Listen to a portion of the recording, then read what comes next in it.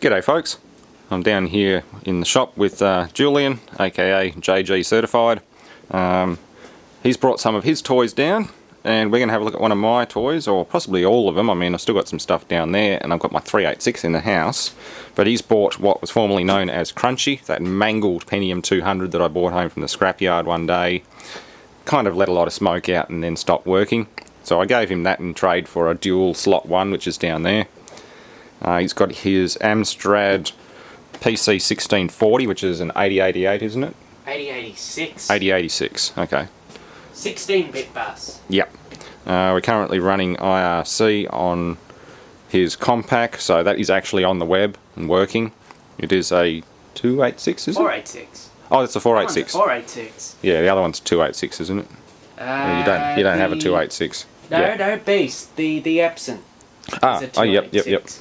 Have we got Beast here? I didn't bring Beast. No, Oh, Beast we'll do that another can't time. drag its ass along the ground.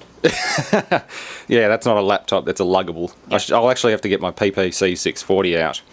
How we can power that from that monitor too. Yeah. The PCE-CD will power PPC 640. Now this is one I just picked up off eBay, fairly cheap. It's in very good condition, spotless condition, like it doesn't have smudges even on the cast alley like someone's gone in there and cleaned it. It's actually probably just had a bit of dust blown out of it. Power supply was recapped according to the auction. It was sold by a retro company, I can't remember the exact name, but they're on eBay and they sell retro gear pretty cheap. Like, they're not obviously gouging $1,000 for something like this. It was only 135 or something plus postage. It wasn't much. It's got a minor issue with that little NiCad battery. As usual, they leak. I can get it out one-handed without breaking anything. It's lifted the silk screen, but it hasn't eaten into any of the really fine traces yet, so it's probably salvageable. If not, we do have another one, and these are still available all over the web. It's just a standard floppy controller, really. What I'm worried about is the tiny bit that's dropped down onto the motherboard, so I'm going to get a little cleaning brush, probably a little nylon brush out of a gun cleaning kit, and just very carefully get in there and clean those pins up and everything underneath, and just suck it all out and dry it out with a heat gun. It should be alright. I don't think he got it to boot, or did he turn it on and... You saw the auction more than I did. I think he just got it to post but couldn't get further. Didn't have a boot disc and doesn't that's right. have the basic ROMs. Yeah, so yeah, it posted, but that was it. It's promising. Yeah, so it's an Intel 8088 chipset, or sorry, CPU.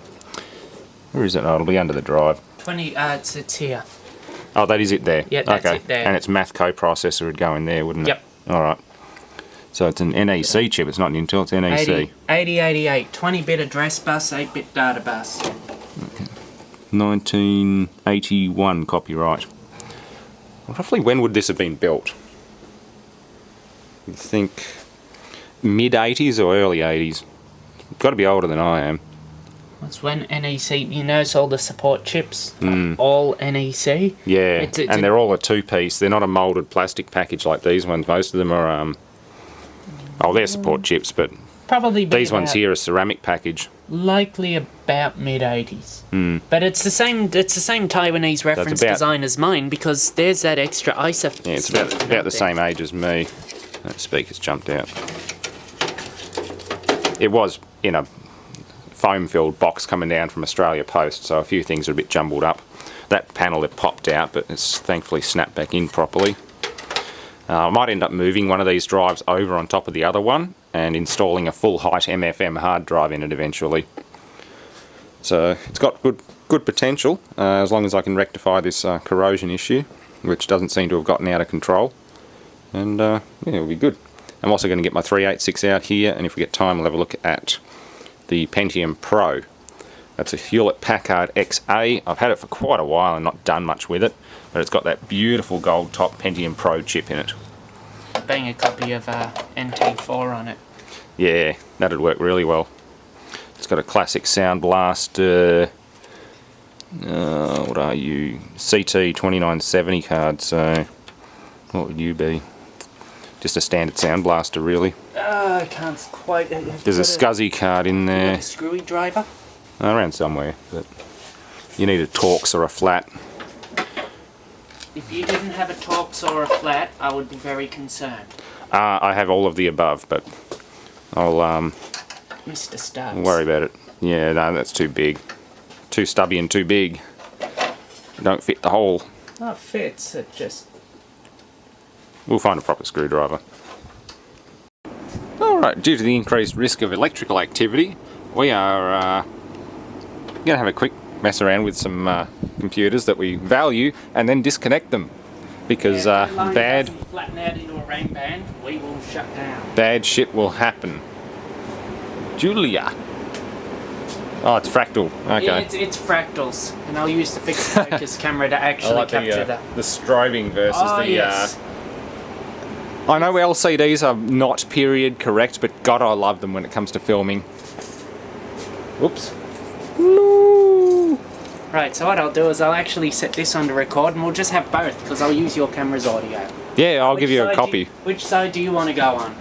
Because you're going to have to lean over to hit the enter key. Okay, I'll go on this side. Okay, let's just get this thing... Okay, so basically this is the difference between a mid to late 80s 8088 and 8086, sorry, and a Pentium for just crunching maths and drawing to the screen. 3, 2, 1, go.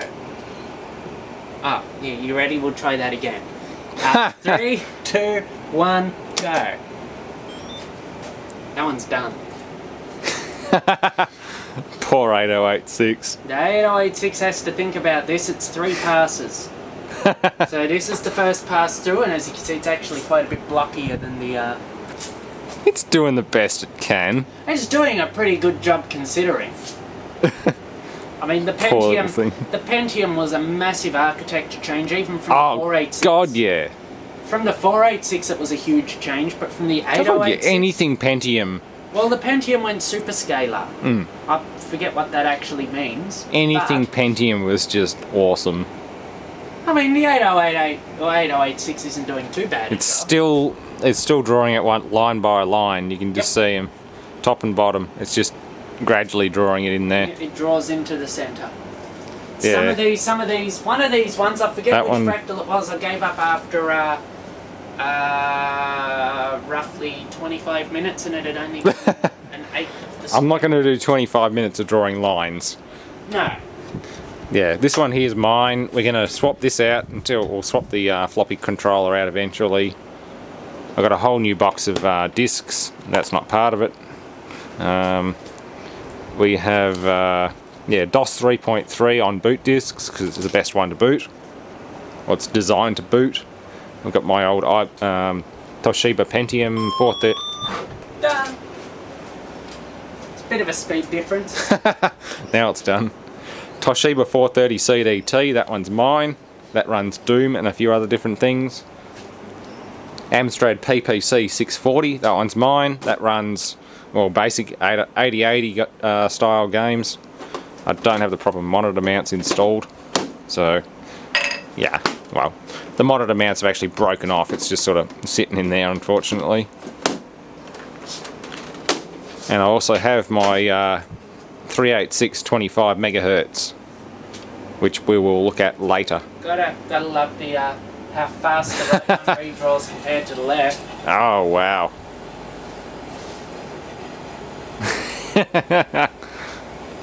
Poor thing. It's trying. That's why it smells like hot electronics in here.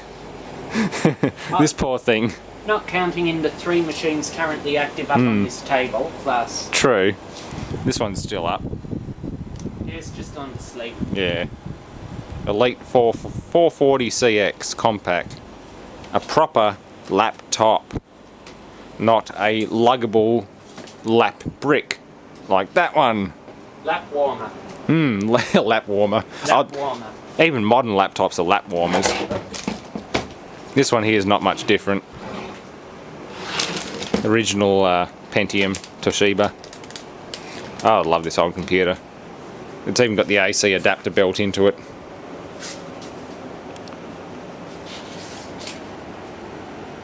So, yeah.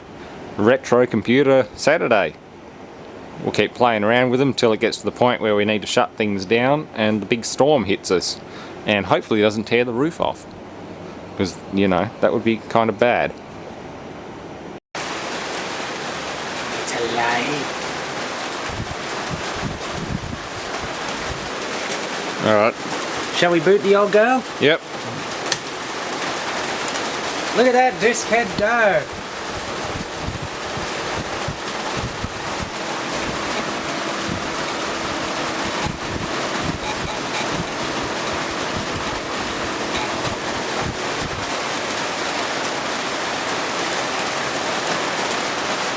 Hey, it works! MS-DOS 3.3.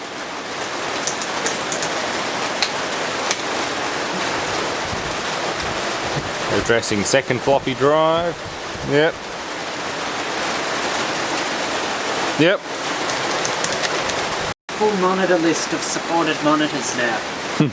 This may or may not work with this monitor though.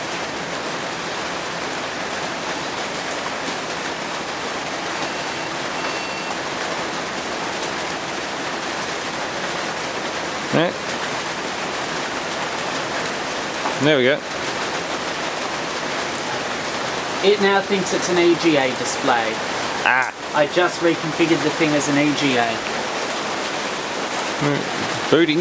Funnily enough, for EGA, CGA and monochrome, there are two different modes for it if you look here. Yep. MDA, pure MDA, EGA, pure EGA, CGA. Is there a pure CGA? Oh no, there won't be a pure CGA.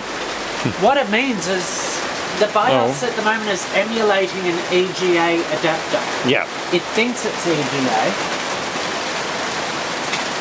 So hopefully this will go into an EGA mode.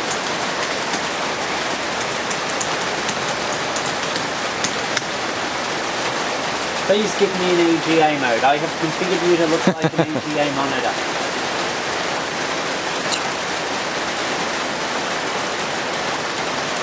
It still thinks it's VGA. 640 by 480. Oh. Yeah, the problem is all the page sizes are wrong. So that looks good, but then that goes wrong. Yeah. This was never designed to run on a VGA screen. Nah. It's scrolling vertically, not horizontally. That's because the memory's in the wrong place on frame 2. Yep. Still kind of, it's actually slower on the 8088 than it is on the 8086. That's probably because it's having issues. Poor I think thing. the 88's just slower on bus accesses. Yeah. That and it's just trying to scroll it completely wrong on the video card. I haven't been wrong, that's the page flipping. If it was drawing the pages quicker, it would be wrong, but just flicking wrong. Well, it runs though. We'll work on this thing.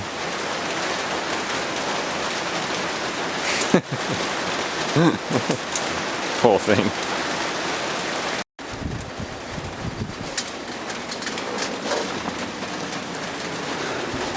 Ah, good old classic Duke. This is what Duke Nukem used to be before they made it 3D. And then before they murdered it in, what was it, Duke Nukem Forever? Yeah, a game that took forever to make. Yeah. And, well, basically failed completely.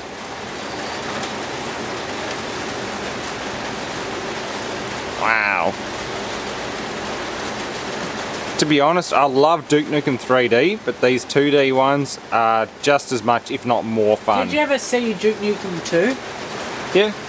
The almost 3D? Yeah, I had it. Shiny.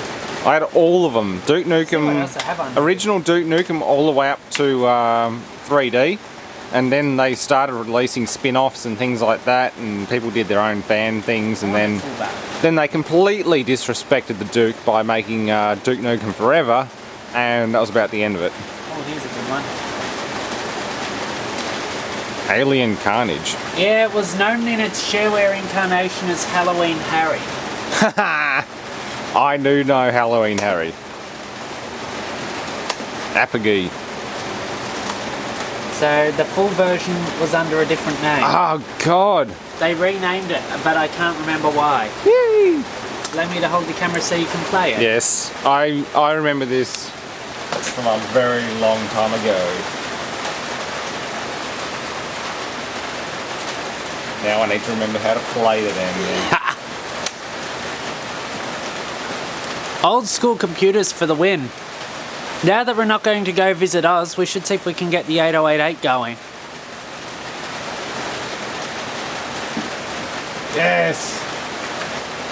We got selection, fire, and jetpack.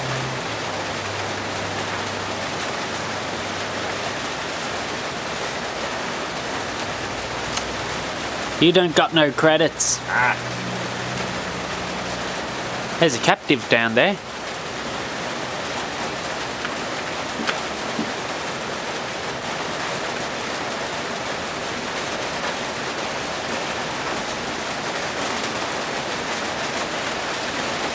There's nothing to kill. Hang on.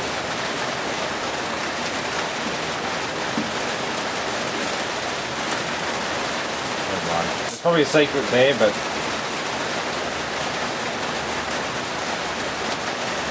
oops. What did I do?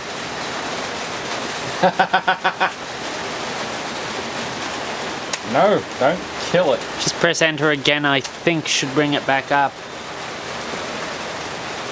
Hey, I fixed it and the dude's dead.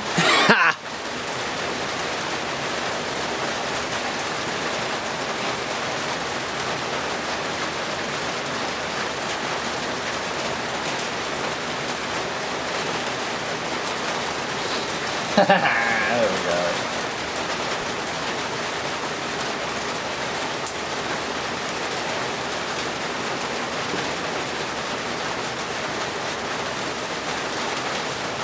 It doesn't appear that you have jetpack fuel, but so. It's your flamethrower fuel. Ah, okay. So basically, if I run out of that, I'm screwed. Yep.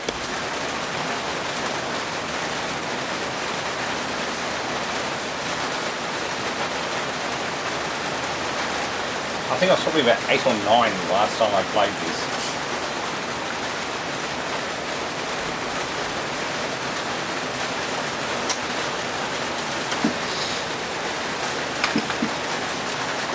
Shit.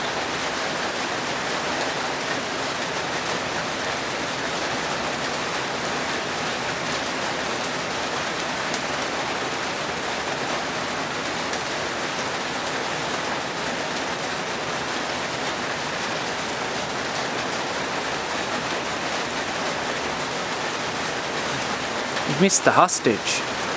I know, there's one down there. I'm trying to work out how to get the barricade out of the way.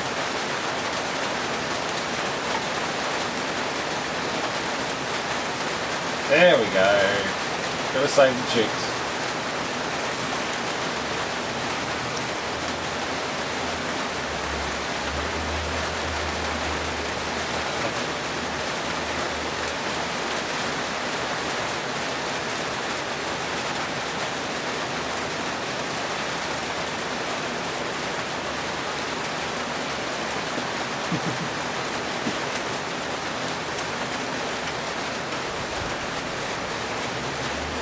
I've got credits, how the hell do I use them?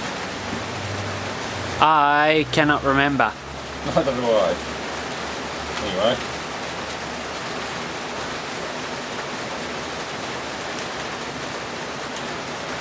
Yes, I can find a power up dispenser, but I...